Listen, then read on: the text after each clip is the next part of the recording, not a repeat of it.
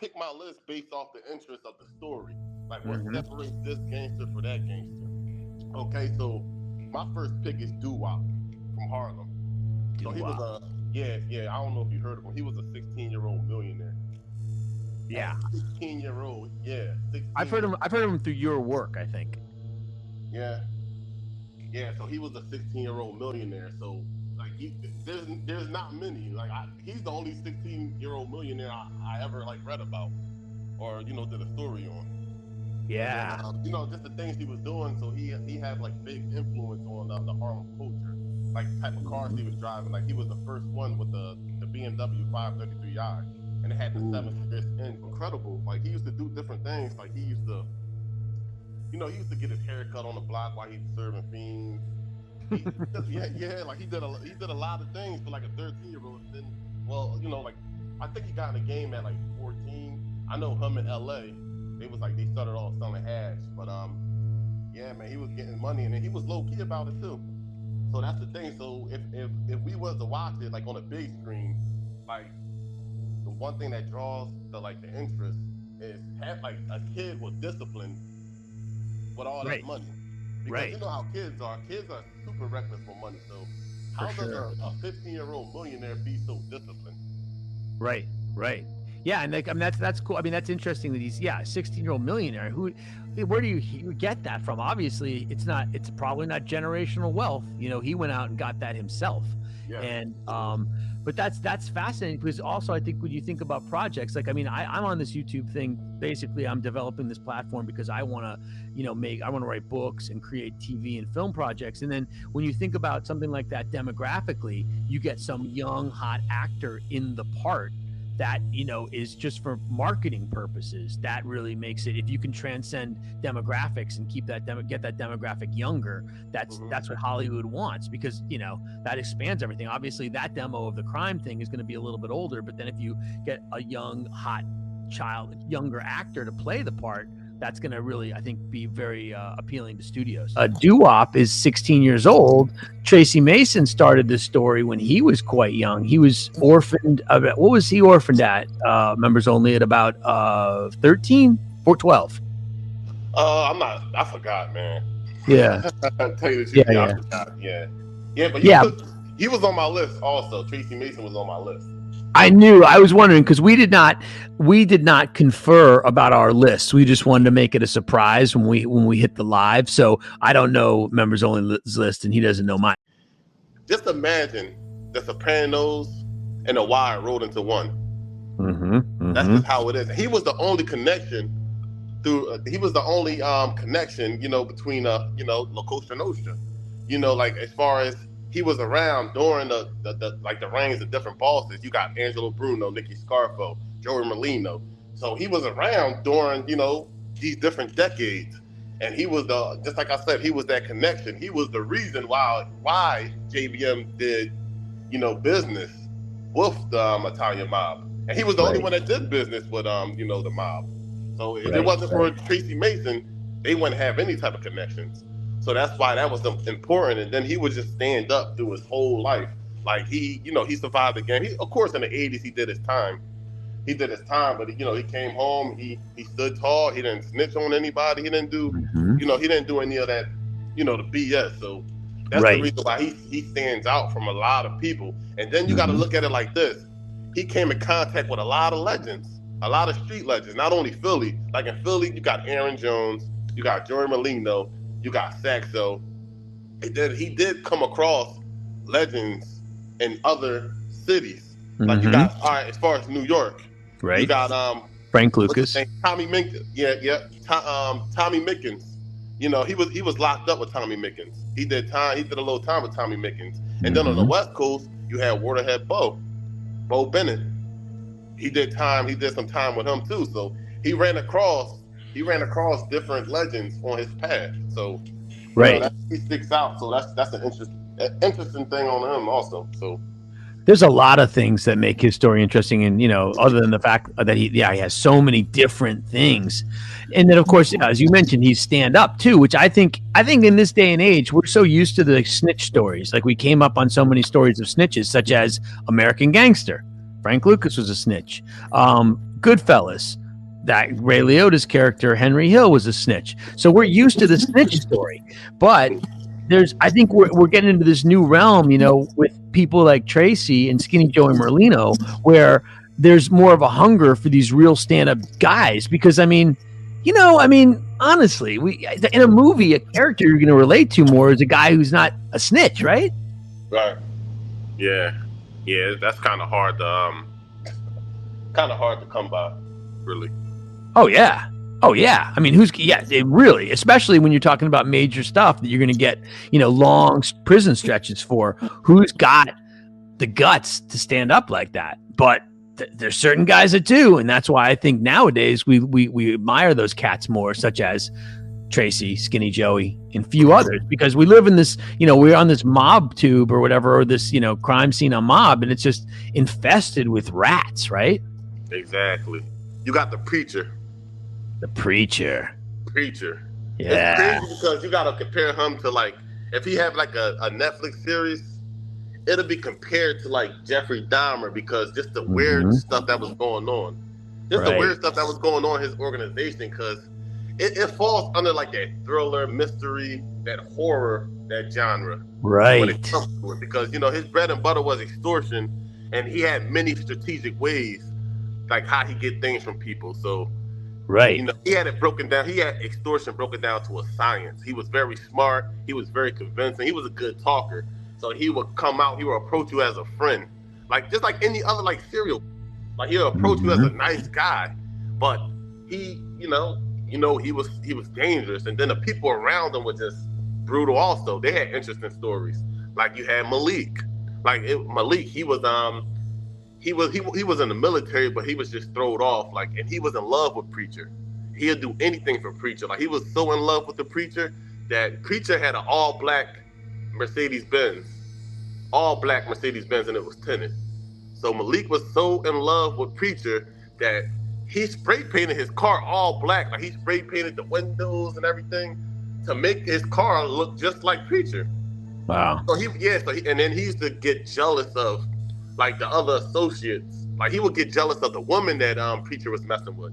Like, he was like, Preacher had a girlfriend. I don't know if he had a wife or anything, but he had like a main chick that Malik used to get jealous of. Like, because he wanted Preacher all to himself. He used to get jealous of Preacher kids. Like, because, you had Shaka. That was Preacher's son. He was involved in the organization. So Malik used to get jealous. Basically, he was just like, he wanted to be like the favorite. He was just like a teacher's pet when it comes to, the Preacher. So just the weird things around his organization, like, he had guys call him dad. Like, he had guys in his organization calling him dad. So it was just, he just had a lot of interesting things going on. And then he had a police officer that was in his organization. Like, I know a lot of people had like dirty cops. Like, a lot of dirty cops was in guys' pockets and in the streets, but Preacher really had a guy that was a cop that was in the organization. And this guy, he had access to police records, so he could go into the computer and just erase anything he wanted. Yeah, so they used to ride around and just stick up people. Ride around a cop car and just stick up people. So, that's just that.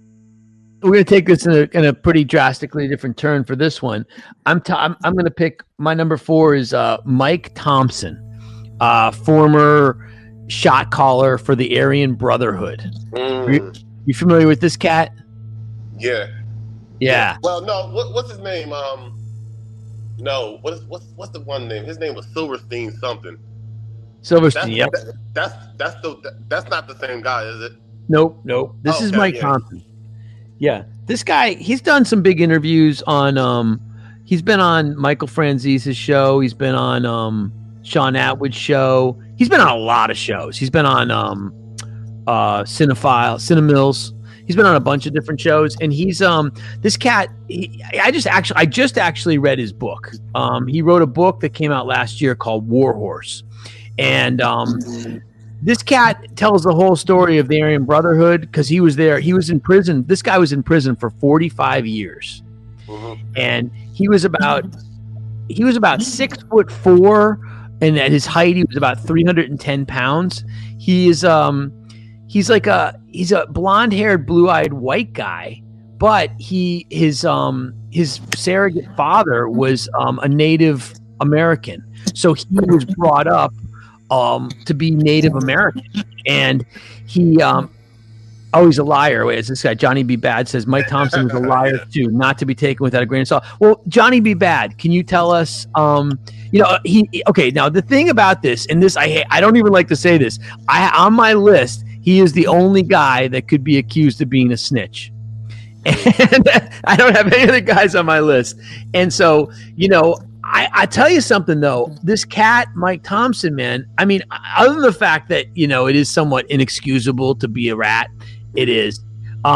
He's a dropout from the brand and served most of those years in PC on an easy yard. Well, yeah, but the cat did, previous to that, he did do some crazy stuff. Like there's that story, there's a famous story about him where because he was raised Native, so he would like to always, what he refers to as walk the red road, and that's like his form of religion, and he would like dance and play a drum and do stuff like this. And the Nustra, what is it, the Nareños, what is it, Nustra Familia, I can't pronounce it neither, so don't ask me. All right, Nustra Familia. So they're the northern Mexicans. They some priest didn't like him doing what he did because he's this big white dude dancing around. And he said, "Oh, it looks like Satanism or something." So the Catholic priest got the Nustra Familia to send some hitters. So he's out there doing his like native dances and stuff, and they send 7 guys with knives taped to their hands after him. Now, he did a form of martial arts that he says is Native American, and what he does is he becomes different. He calls it he shapeshifts and becomes, when he does these martial arts, he becomes like a grizzly bear and all these different animals. And so he ends up kicking the shit out of 7 guys with knives. So this cat is like a legit, he's got legit hand-to-hand combat skills. And he's very well spoken if you hear him. And I got you, like Johnny B. Bad. I mean, I'm with you on this. When you say that, that's inexcusable. However, the cat, we talk about this, like, sometimes people's stories are interesting. And this cat's story is very interesting because he would get into knife fight after knife fight. He was a hand-to-hand combat specialist, a knife fighting specialist. He smuggled guns into prisons. He had Charlie Manson's girls smuggling knives and buck knives and all this. But he was an interesting cat. And when you hear him speak, out of all these guys, he really strikes me as being he's very like intelligent and articulate and soft spoken. So it's an interesting story. Chaz Williams, you ever heard of him? Chaz Williams, tell me about him. Chaz Williams. So we got the world best bank robbers of all time, right? People say Bonnie and Clyde. Some people say what's his name? John Dillinger. What's his name? He was another. You got legendary bank robbers that had like 22 banks. You got Bonnie and Clyde with 30 banks, but Chaz Williams, he actually robbed 63 banks. Nice. He had as a teenager, he had many gun battles with law enforcement. Okay, he broke out of prison multiple times, and here's the kicker: he went to prison. He was a young boy, right? So he had good behavior. So he entered a program where he could leave prison and go study and go to classes. So he had, like, I think it was a University of Detroit. So he was basically going to school. But when he was going to school during this program, that allows him to get a free 1-day pass without being chaperoned or anything. Like, without basically, with any correctional officer around him. So guess what he did during his free time while incarcerated? He used to rob banks. Oh my God. Yeah, he would rob banks. He's an entrepreneur. So he would rob banks. So, and it was so genius because it's like, how could you be a suspect if you're incarcerated? Right. It's a perfect alibi. It's the ultimate alibi, right? Yeah, like, how can I do this crime if I'm in prison? I'm locked up. How can I do the crime if I'm already doing the time? Exactly. So you can't tell me that don't deserve to be on the big screen. You can't tell me that. Oh yeah. You can't tell me that. Like he Perfect. broke out of prison multiple times, and then he entered a program where he could study and take college courses. He get a free day pass. He robbed banks while on his day pass, and he just was doing it over and over again. It was vicious. They had different stash houses. It's come on, man. You can't make this up, yo. That's what we call a smooth criminal. Well, I'll give you my number 3. My number 3, we're going to take it all the way back to Red Hook, Brooklyn. We talk about a Neapolitan, got crazy blue eyes, about 5'7", name of Crazy Joey Gallo. That's one of my favorite mobsters. Oh, me too, man. Me too. He went to war, yo. He was no stranger to war, man. Oh yeah. Crazy Joe. What's the saying when he was in court? He said damn, what he said? I forgot, damn. You can fill it out. He said the rugs look good for a crack game. It was something he said that was Yeah. He's like this look good. The rugs, the rugs in the courthouse would look good for a crap game. Yeah. Yeah, hell yeah, man. He was fly.